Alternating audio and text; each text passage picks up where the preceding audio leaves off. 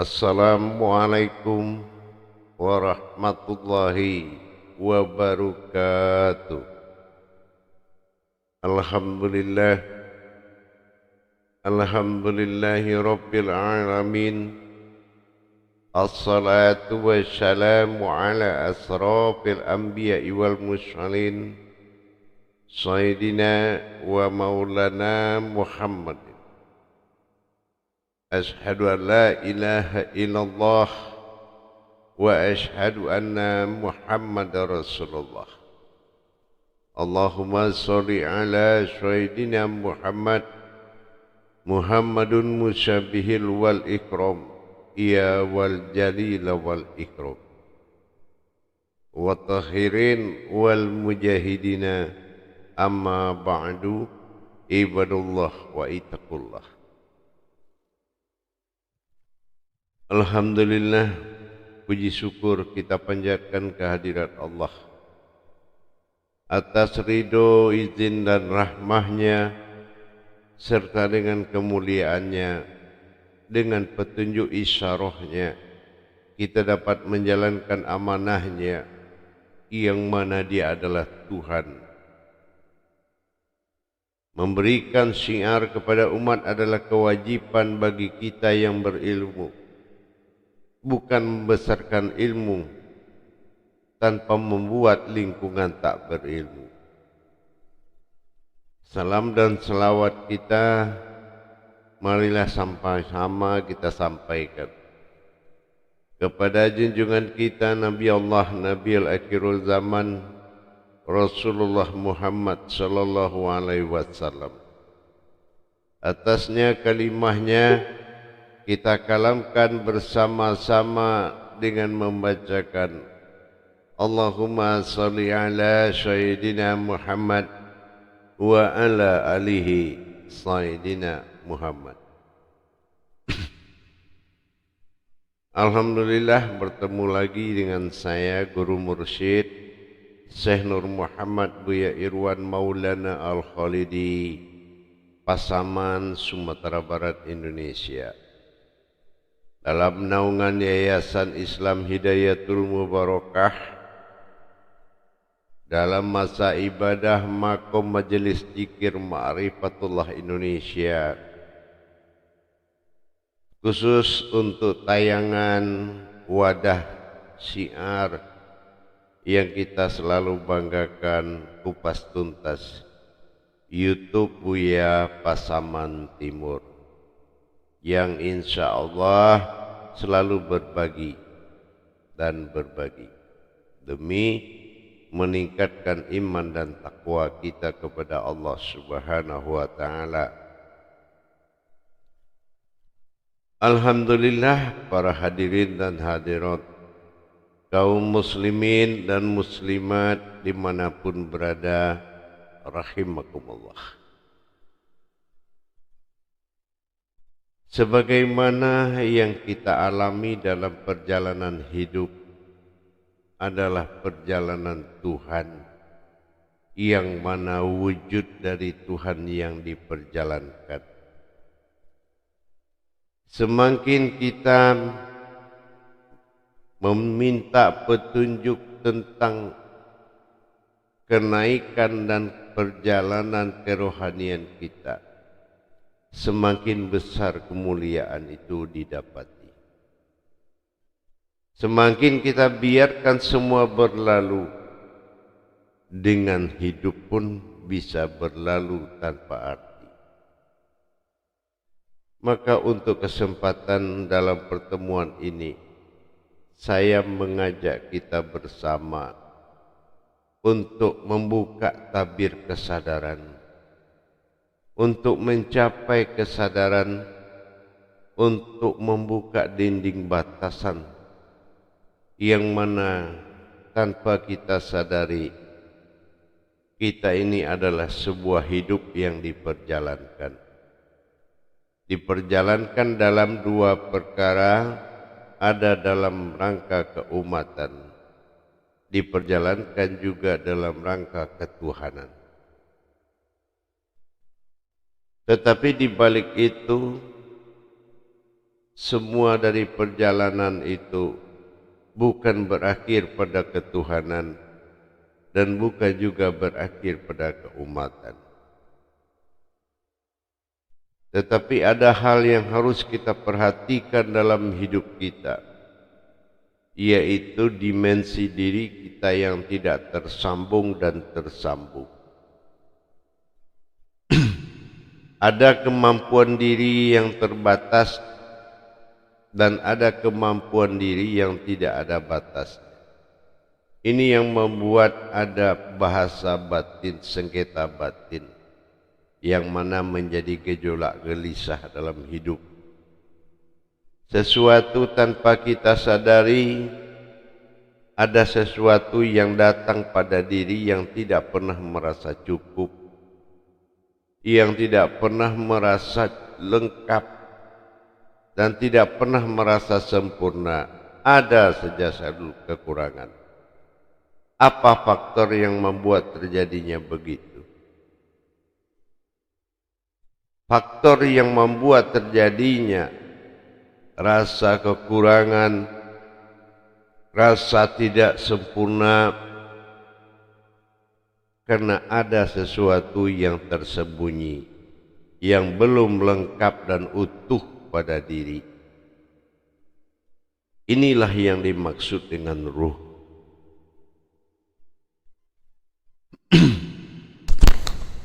Jauh sebelum adanya alam ibadah, alam ketuhanan seperti alam lahut, jabarut, malakut, jauh sebelum itu ada sesuatu yang sudah ada, diadakan sebelum semuanya ada, adalah keabadian. Keabadian yang dimaksud di sini adalah sebuah ruh pada alam ruh. Kenapa dikatakan abadi? Kalau kita melihat ruh pada alam ruh pasti bersifat mati. Tapi kalau kita melihat ruh pada ruh itu sendiri,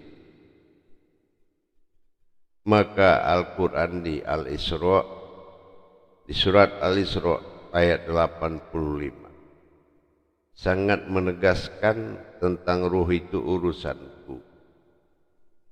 Seolah-olah tidak bisa tercapai oleh kemampuan. Dari mana kita bisa melihat bahwasannya Allah menegaskan apabila umatmu bertanya Muhammad tentang ruh, maka katakanlah itu urusanku. Kenapa? Karena dia memiliki batasan dan berbicara pada iman.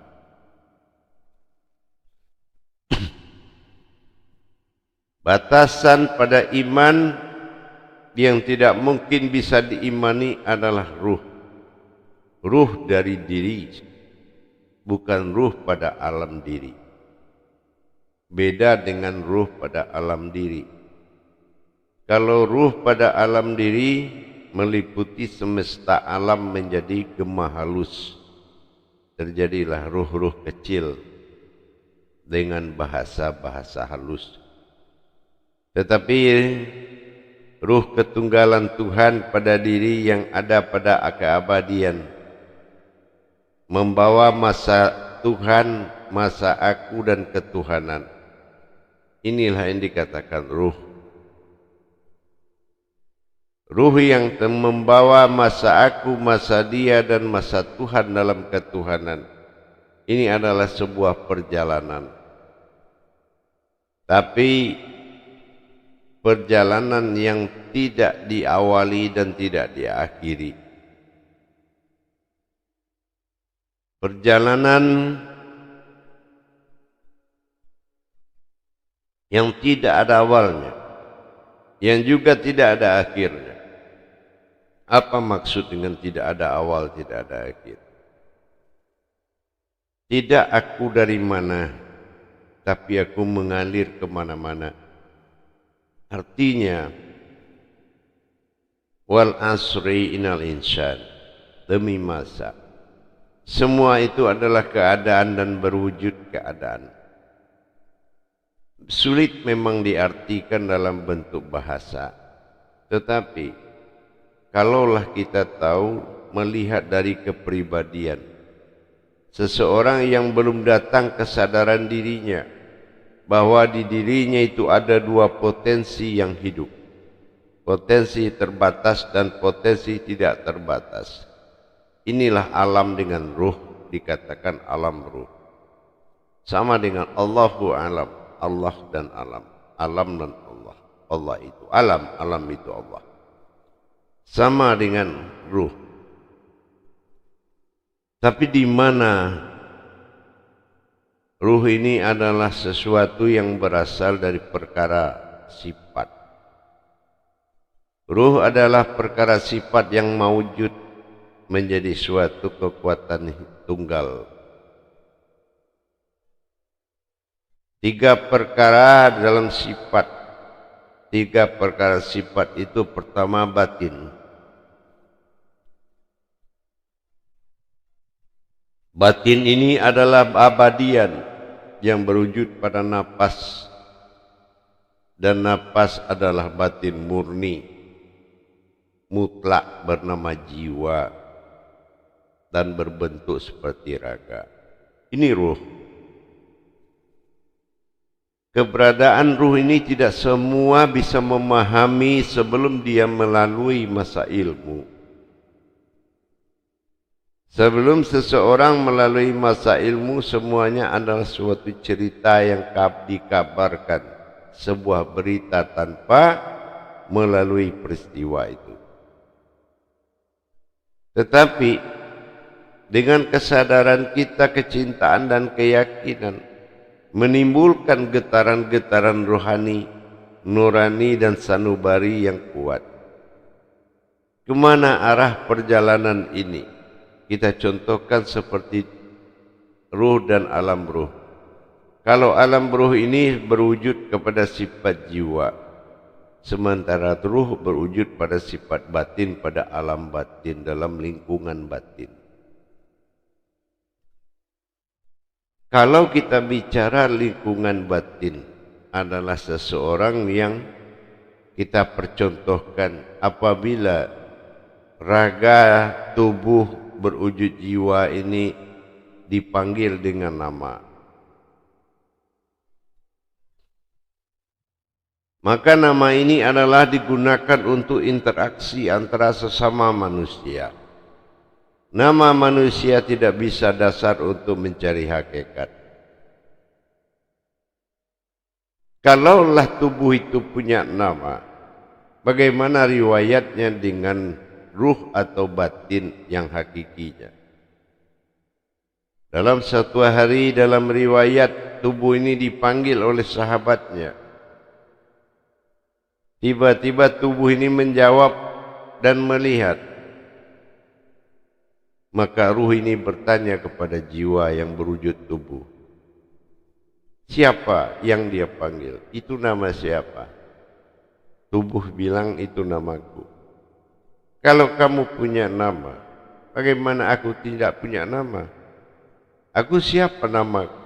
Nah inilah yang dikatakan terbatas dan ada tak terbatas.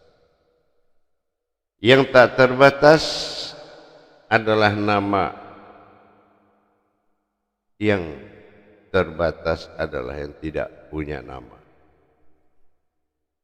Kalaulah kita memahami perjalanan ruh adalah perjalanan yang menuju ketunggalan dalam masa kenaikan derajat kepada Tuhan. Aku ingin jadi Tuhan, ini dalam qudsi. Maka menjadikan dirinya Tuhan dengan menjadikan ketuhanan, menjadikan kodrat ketuhanan dengan masa-masa yang dilahirkan. Ada Jabarut, ada Malakut dunia, Nasut sampai ke Ghaibiyah. 5 alam halus menunjukkan ketuhanan, tapi kepribadiannya, aku adalah Tuhan dengan menghilangkan segalanya. Kalaulah perbuatan perjalanan sebuah akhir dari ruh yang tidak memiliki nama, tidak memiliki derajat, tidak memiliki tahta, tidak memiliki kekuasaan-kekuatan, tapi adanya aku meliputi segalanya. Disinilah kita melihat perjalanan itu bukan berakhir, tapi dia lepaskan perjalanan itu menuju tingkat Tuhan dengan serba ada, cukup. Tidak ada lagi keraguan, kecemasan dan harapan, tapi berdiri utuhlah kodrat Tuhan setelah dia lepaskan ketuhanan. Melepaskan ketuhanan bagi ruh membungkus rapi dalam badan batasan barzah. Berarti kelepasan ketuhanan. Melepaskan ketuhanan dengan batasan disebut barzah. Maka dilanjutkan perjalanan yang tak terbatas bernama Tuhan. Disinilah kesempurnaan itu timbul. Seseorang yang tidak bisa melepaskan perkara ketuhanan di dirinya dan menaikkan masa Tuhan adalah aku. Masa Tuhan adalah aku yang ingin menjadi Tuhan. Maka masa Tuhan inilah yang membuat sebutan tanpa nama. Sebutan tanpa nama terhadap Tuhan itulah ruh yang tidak ada namanya. Masa kosong.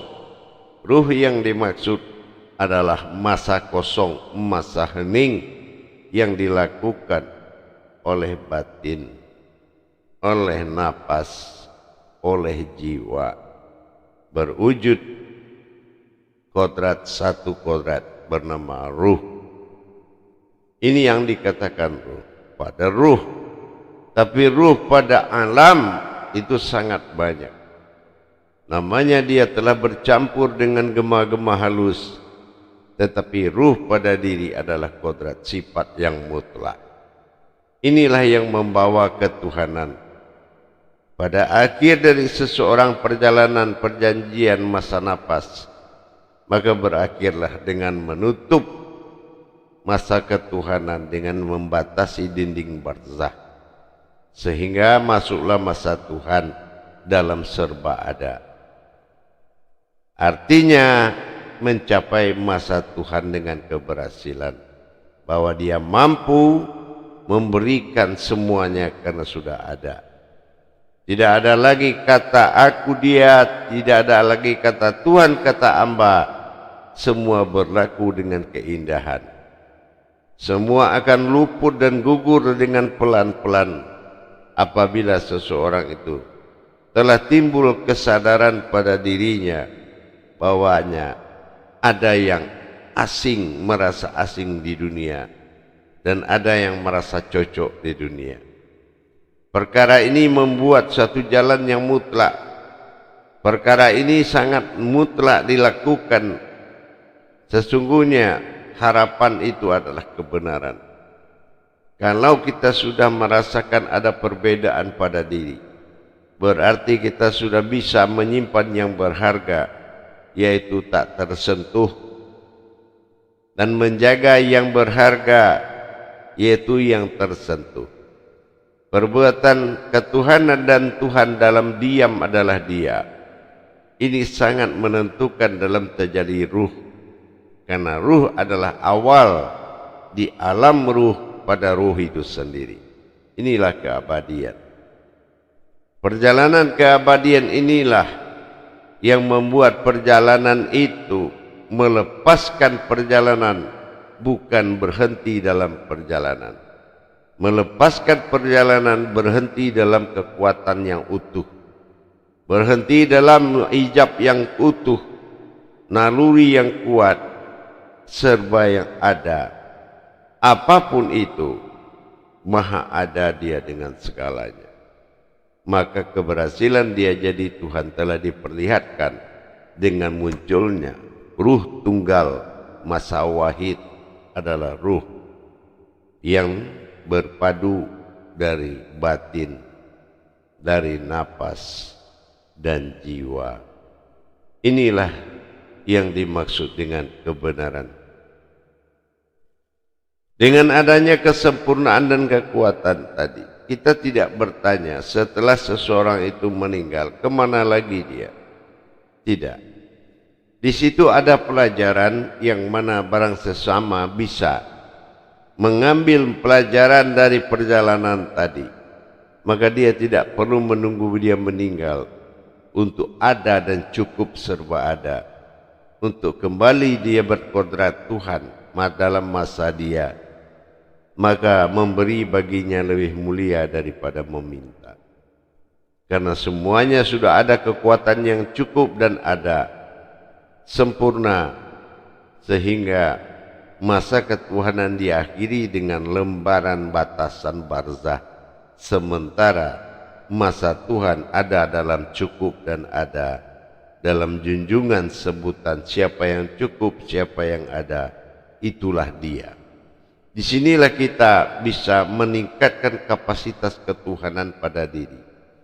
Kalau kapasitas ilmu ketuhanan itu pada diri belum dia terhimpun kepada Tuhan, Tuhan terhimpun pada suatu ruh yang tak bernama disebut dia, maka inilah ketunggalan wahid yang tersembunyi, yang tidak bisa diungkap. Tetapi dalam masa ruh, meskipun ada larangan pada Al-Quran bahwasannya tidak perlu engkau tanyakan tentang ruh, cukup urusanku, maka itu adalah batasan iman, bukan melanggar agama, tetapi batasan iman yang hanya bisanya mengimani, izinnya mengimani. Tapi bagi ilmu adalah perjalanan yang mutlak. Para hadirin dan hadirat kaum muslimin dan muslimat, menikmati perjalanan tauhid itu dalam rangka wujudi kemunculanku dan hudur kehadiranku. Masa hadir ini adalah masa ada. Kalau masa ada ini sudah menjawab di dalam diri, maka tidak ada lagi keraguan, ketakutan dalam memperjalankan hidup dan kehidupan. Karena semua itu sudah nyata pada ada. Tidak ada lagi pencarian, tidak ada lagi yang perlu diimani, tidak ada lagi yang perlu dituntut dan digali. Semuanya itu sudah nyata pada yang ada. Inilah pada masa Tuhan. Kalau dalam masa ketuhanan, masing-masing dituntut dalam kewajiban, tapi dalam masa Tuhan, Tuhan itu yang menjadi wajib. Wajib bagi Tuhan adalah aku bagi diriku adalah dia. Inilah yang dikatakan tajalli Allah wa tajalli Rasulullah. Tajalli sirullah, ini adalah perbuatan semata tunggal bagi dirinya. Ini yang menjadi pacuan wujud bagi kita. Memperjalankan Tuhan bukan Tuhan yang berjalan, tetapi memperjalankan ilmu kepada hayatnya Tuhan. Dengan demikian peningkatan pemahaman kita semakin berderajat, semakin berkah, semakin barokah dunia dan akhirat. Jamaah yang dirahmati rahimakumullah dimanapun berada, insyaallah, alhamdulillah bagi para jemaah, para hadirin dan hadirat dimanapun berada yang ingin mendapatkan tuntunan pada ilmu hakikat solat dan zikir,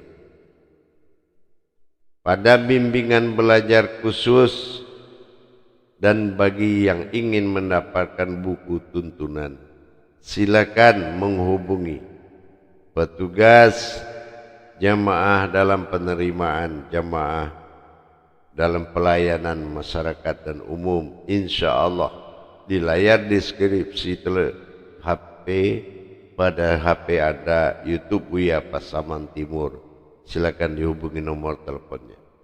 Alhamdulillah, demikian dulu pertemuan kita pada waktu dan kesempatan ini. Sesungguhnya perjalanan itu bukan awal dan bukan akhir, tetapi melepaskan hak-hak dari perjalanan itu untuk menuju kekuatan tunggal. Inilah makna ruh pada diri. Insya Allah mudah-mudahan bisa dimanfaatkan. Dan bagi yang ingin mendapatkan bimbingan dan tuntunan langsung, silakan menghubungi nomor telepon yang ada di layar deskripsi YouTube Buya Pasaman Timur. Insya Allah kita akan live Zoom meeting setiap minggu dalam bimbingan belajar YouTube Buya Pasaman Timur dalam makom tauhid. Insya Allah mudah-mudahan semakin hari kesadaran kita semakin meningkat. Sadar bukan artinya kesadaran, kesadaran itu sudah pasti dalam masa sadar. Insyaallah mudah-mudahan dalam tauhid kita, salam tauhid saya kepada kita semua. Ingat, tanpa tauhid semua akan mati. Barakallahu ya karim ya rahman ya rahim. Akhirul kalam wabillahi taufiq wal hidayah. Wassalamualaikum warahmatullahi wabarakatuh.